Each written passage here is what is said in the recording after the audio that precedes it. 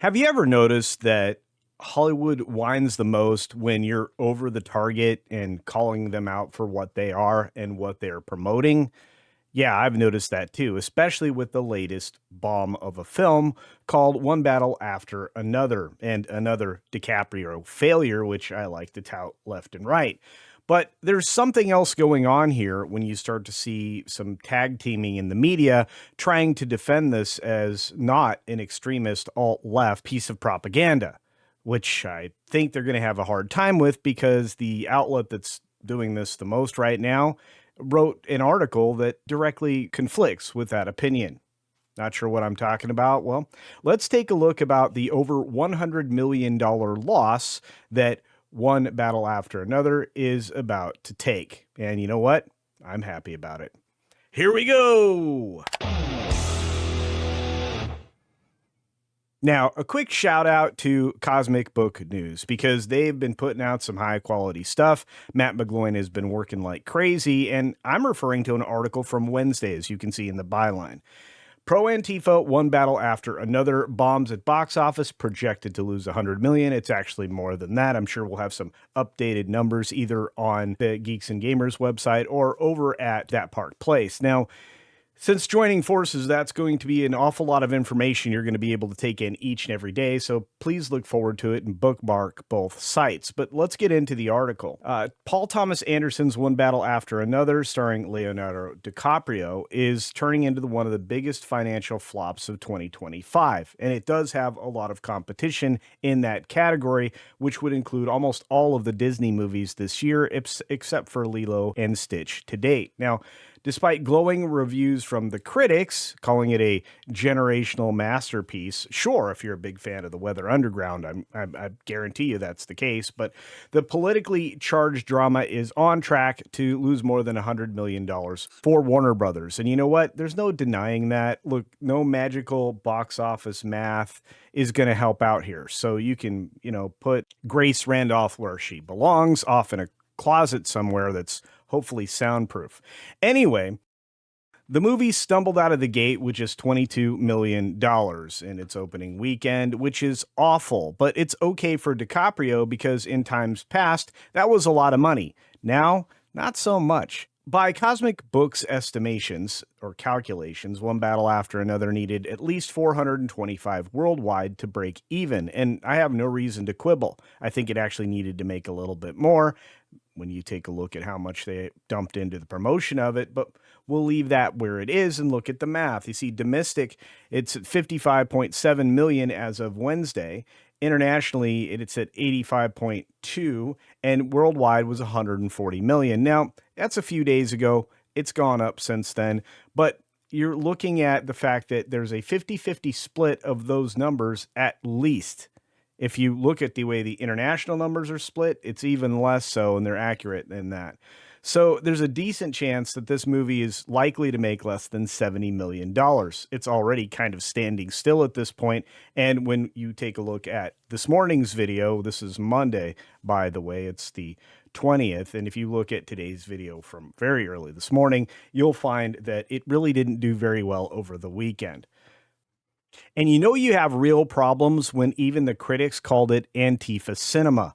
That's not a positive these days. Most people think that this particular group is absolutely awful, terrible, and should be, scrubbed from the planet. Beyond the financials, though, the movie's political tone has alienated the audiences. Even up front, when people really learned what this thing was about, not only were they turned off, they were just plumb uninterested, and it showed. The New Republic says that the rebels in Paul Thomas Anderson's movie resemble the Weather Underground less than the right's conspiratorial image of Antifa super soldiers, which I don't agree with. I think they both mirror each other, and that's from the New Republic, so take that for what it's worth.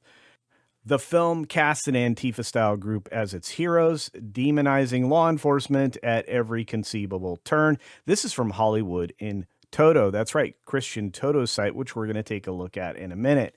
And even left leaning reviewers called the film provocative and uncomfortable, while others labeled it outright propaganda. That would have been somebody like me. The story is going to follow DiCaprio as a bomb maker in a militant resistant group fighting fascists in the US government. Okay, if that doesn't scream Antifa, I don't know what does. But when you're over the target and circling, that's when you hear the noise from below. You see, in this article from Variety, no, One Battle After Another is not a left-wing movie. How you figure that, Variety? It's no big shock to see that commentators on the right, the far right, and the extreme alt-right, I think that covers the waterfront from Ben Shapiro to film critic Armand White, have pounced on One Battle After Another, accusing it of being a left-wing movie made for left-wing elites sitting in their left-wing bubble. Well, yeah, because it is. I mean, anybody not seeing that is just blind to the truth when so many of your fellow comrades are actually saying exactly the same thing. It's a very alt-left film experience with a kind of a cheering section for what's going on the left side of the equation right now. And at the heart of that is this paragraph. It was a tad more surprising to see the same criticism of One Battle After Another made by Bret Easton Ellis, who thinks that reviewers have hailed Paul Thomas Anderson's film as overpraised because it really aligns with this kind of leftist sensibility. Ellis later added on his podcast, you have the left and the entertainment press propping up this movie to such an absurd degree that it felt unnatural. And he says, this reviewer, I consider myself a fan of Ellis. I was a guest on his podcast once and relish the independence of his voice, so the fact that he isn't wild about One Battle After Another is fine with me. I'm all for debate.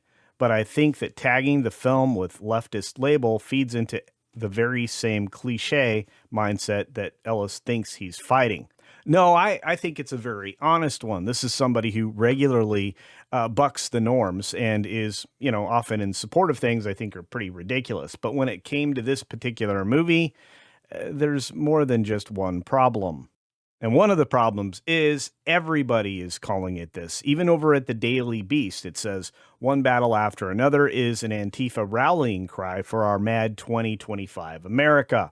And in light of No King's Day, which was this last weekend, I would say this is 100% right. This is Nick Schrager over there, and I'm sure you'll find this read rather interesting. But getting back to our friend Christian Toto, we'll take a look at his outlet, Hollywood in Toto, and I think you'll find it unsurprising. One Battle After Another is masterfully crafted, morally repugnant. And all of that can be true. Paul Thomas Anderson makes good stuff, but they spent way too much money on this. When you look at the supposed budget of basically $140 million, and you look at what the actual budget was, like closer to $175 million, and then with advertising, well, you probably spent at least that much. This film is very far away from profitability or even survival cash. From the article, you don't have to agree with the film's political or social point of view to praise it. Movies open us up to new ideas, challenging preconceived notions. In the process, great art has a way of doing just that. And look, there's a lot to praise here, I'm sure, especially when friends of mine are giving it high praise, just like that. But One Battle After Another isn't great art. It is impeccably crafted with a soul that's as rotten as today's far left ghouls. The film, loosely based on Thomas Pynchon's Vinland novel, casts an Antifa-style group as its heroes, demonizing law enforcement at every conceivable turn. The biggest flaw?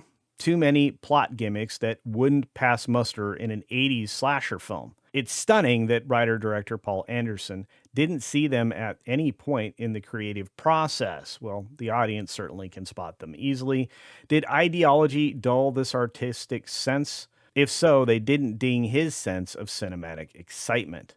One Battle After Another moves. The film's running time might seem bloated. It's nearly 3 hours, I believe. And there's never a lull in the story. What a shame that Anderson inserted so many forehead-smacking scenes en route. And, of course, all of the talking points that most of us actually have been fighting against, including all the DEI and other types of elements that just reek of political ideology and turn off film fans of all shapes and sizes. Last but not least, I want to return to, well, variety, because PMC, or Penske Media Group, or whatever they call themselves now, is all over the place, including in this article from just a few days ago.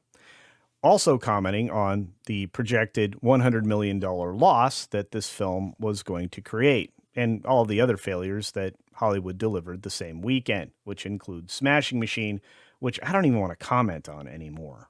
And though I've referred to this article once before, I'll just remind everybody that this is the paragraph I cited before. Even Paul Thomas Anderson's One Battle After Another, led by Leonardo DiCaprio, the struggling actor at this point, struggled to break out despite being hailed as a generational masterpiece. And again, you can't trust critics and you can't trust legacy media. So who can you trust? Well, my friends, me and other people in my sphere. You can check out That Park Place. You can check out Geeks and Gamers. You can check out everybody that works with them, and you'll find out there's something there, like facts and accurate information. Also, correct analysis, which I don't think you find anywhere else. Though the global haul of 140 million is impressive for a film that's original, R-rated, and nearly 3 hours long, One Battle requires roughly 300 millions to break even, and we already talked about how wrong that is. It's going to lose at least 100 million because I don't think it'll get to 200 million, and that would be that $100 million they're referring to. They're going to lose well more than that, my friends. Well more. These prestige-type movies have failed to create a sense of FOMO. This is according to Fandango's box office analyst Sean Robbins, who has his own website and accurately predicts where these films are going to finish most of the time. There's no FOMO with these audiences. What you actually need is to create an event. This was not an event. Neither was Smashing Machine or anything else that came out on the weekend before the one we just passed. And none of those films did any better on their second effort, the second weekend. In fact, if anything, they are indicating the complete collapse of Hollywood. And I don't think I'm telling you anything that you don't know. And worse yet, people have come to expect that these movies, even these failed movies, will be available in home much sooner than they used to be, which is actually a complete disaster. At this point, no matter what any outlet tries to tell you, Hollywood is in a free fall, and they have been for a while, with even big budget projects like Tron Ares failing, which I'll have another video on here soon. There's nothing coming out that anybody wants to see. And when you have about half of what the theatrical exhibitors actually need to make being made every weekend, you have a disaster coming soon to a theater near you. Anyway, one loser after another, which the thumbnail actually said, is an accurate description of what's happening box office to box office. There's nothing to look forward to, nothing that's an event, nothing that's being marketed properly, and no proper choices of the films that got greenlit in the first place. It's a fail after a fail after a fail after a fail. And there's no getting off this train if you're Hollywood and you still want to be so ideologically focused, because that makes you an idiot. Regardless, what do you think? Let me know your thoughts down in the comments section below. Are you thinking that there's a way forward for Hollywood? Do you think that it's possible we may get back to good things? And if so, what are they going to be? Because I'm not sure Zootopia 2 from Disney is going to be one of them. And I keep looking forward to Avatar, Fire and Ash. And I still think I can't believe any of these movies are making money anymore. By the time we're done with Fire and Ash, you got to wonder, is that $1 billion really worth what it costs to make? And especially on the heels of us learning the truth about Star Wars, the rinse of soybeans, and just how much money that lost. On that note, be sure to take care of yourself, take care of others, and until next time, see ya! but probably not at the movies.